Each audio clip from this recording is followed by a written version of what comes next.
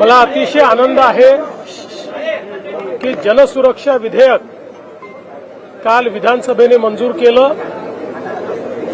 काल चर्चेच्या दरम्यान या विधेयकाच्या संदर्भात ज्या काही शंका होत्या त्या सर्व शंकांचं उत्तर मी दिलेलं आहे।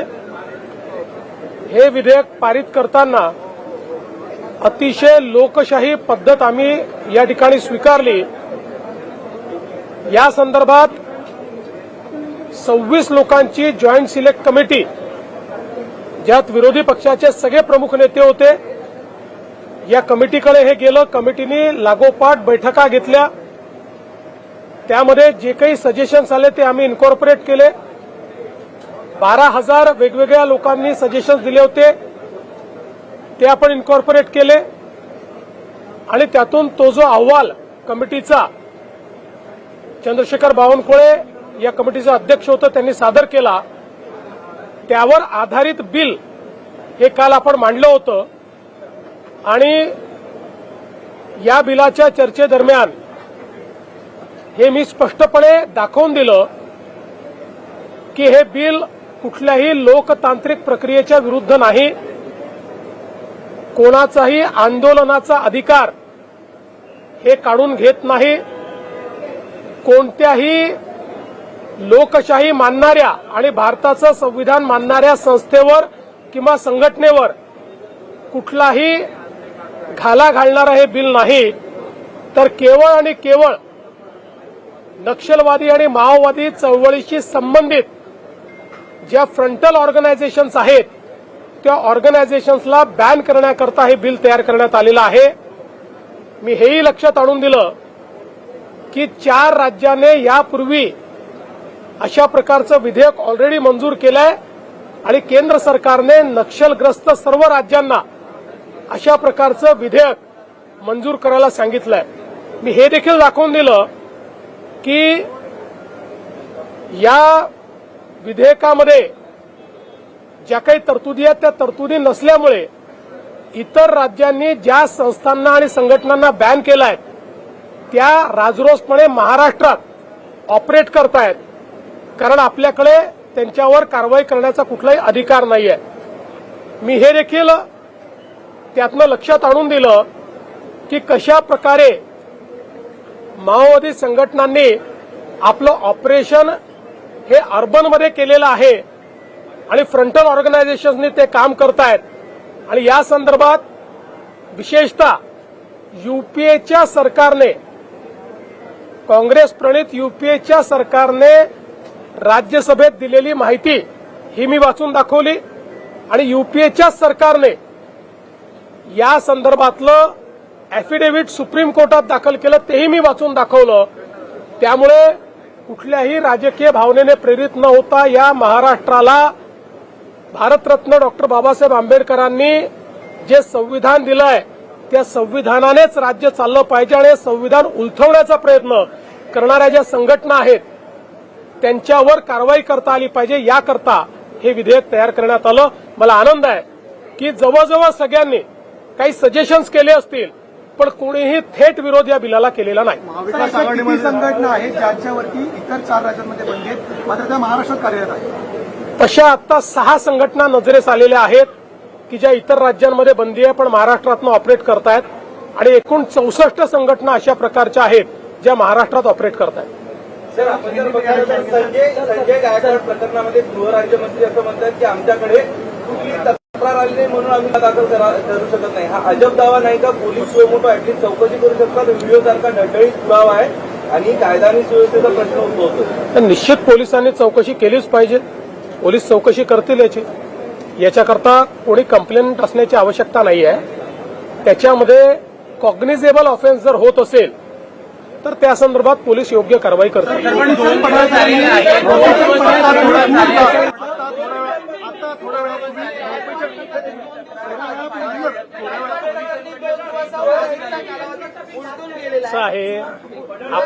आपण एक गोष्ट लक्षात ठेवा की काही कॉग्निझेबल ऑफेन्सेस असतात, काही नॉन कॉग्निझेबल ऑफेन्सेस असतात, त्यामुळे त्या कॅटेगरीमध्ये या संदर्भातली कारवाई होईल।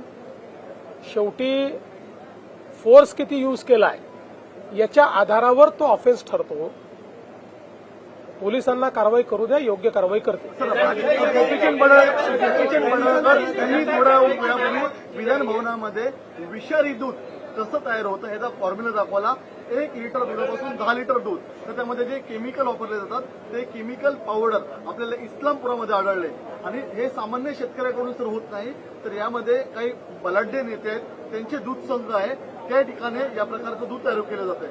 काय कारवाई होणार? असं आहे की गोपीचंद पडळकरांनी अतिशय गंभीर अशा मुद्द्याकडे लक्ष वेधलेलं आहे आणि निश्चितपणे या दुधाच्या माध्यमातून जर लोकांना विष पाजण्याचा प्रयत्न होत असेल तर हे सहन करण्याचं कारणच नाही. या संदर्भात मी स्वतः जो आपला फूड अँड ड्रग्स विभाग आहे, जो आरोग्य विभाग आहे, अशा सगळ्या संबंधित विभागाची एक बैठक घेणार आहे आणि एक ठळक कारवाई या संदर्भातली आम्ही करणार आहोत. त्याला कायदा कडक करण्यासंदर्भात काय पावलं उचलले जाणार का? आवश्यकता असेल तर ती पावलं उचलली जातील, कायदाही कडक केला जाईल. मुझे बहुत संतोष है कि अर्बन माओवाद के खिलाफ जन सुरक्षा विधेयक हमने कल पास किया है. जिस प्रकार से अब जंगल में और ग्रामीण विभाग में बंदूक लेकर लड़ने वाले माओवादियों की संख्या धीरे धीरे अब कम हो रही है, उसको हम समाप्ति की ओर ले जा रहे हैं. ऐसे समय एक सोचे समझे डिजाइन के तहत ये सारे के सारे लोग अर्बन फ्रंट तैयार कर रहे हैं, जिसको ऐसा नाम दिया जाता है कि मानो ये बहुत संवैधानिक रूप से काम करने वाली संगठनाएं हो, लेकिन इनका मूल तत्व भारत के संविधान को नकारना है. इस प्रकार से काम करने वाली जो संगठनाएं हैं उनके ऊपर कार्रवाई करने के लिए महाराष्ट्र में कानून नहीं था. 4 राज्यों में ऐसा कानून था. उन 4 राज्यों में जिन संगठनों को बैन किया था, महाराष्ट्र में कानून न होने से वो महाराष्ट्र से ऑपरेट कर रहे थे. कुल मिलाकर इस कैटेगरी में 64 संगठनाएं महाराष्ट्र में काम कर रही है, लेकिन उनके ऊपर हम कोई कार्रवाई नहीं कर पा रहे थे. इसलिए इस कानून को हमने मंजूर किया है और इस कानून को मंजूर करते हुए मैंने हाउस के ये ध्यान में लाकर दिया, इसमें सरकार को विरोध करने का कोई अधिकार हम छीन नहीं रहे. सरकार को विरोध किया जा सकता है, आंदोलन किया जा सकता है, सब प्रकार के संवैधानिक हथियारों का इस्तेमाल किया जा सकता है. इसलिए ये केवल अर्बन माओइस्ट और माओवादी फ्रंटल ऑर्गेनाइजेशंस को काबू में रखने के लिए तैयार किया हुआ कानून है. मकोका से कितना अलग है यूएपीए और मकोका? देखिए, यूएपीए मूल रूप से जब तक उसमें टेरर एलिमेंट नहीं आता तब तक यूएपीए लागू नहीं होता. और मकोका का कानून ये इस प्रकार के कार्रवाइयों को हैंडल करने के लिए नहीं है, क्योंकि मकोका में व्यक्ति पर कार्रवाई होती है, संगठन पर कार्रवाई नहीं होती. इसलिए ये कानून तैयार किया है. अपोजिशन को लेकर इस कानून का मिसयूज होगा. एक मिनट, जरा पसीना है. हाँ, ह्यूमिडिटी है. अपोजिशन को लेकर इस बिल का मिसयूज हो सकता है. अपोजिशन के कारण पसीना नहीं आया.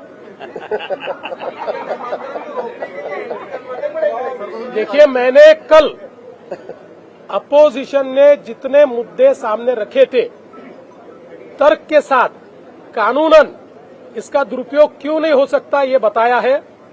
क्योंकि ये पहला कानून ऐसा है जिस कानून में जिसके ऊपर कार्रवाई करनी है उसकी कार्रवाई से पहले जजेस के सामने जाके परमिशन लेनी पड़ती है.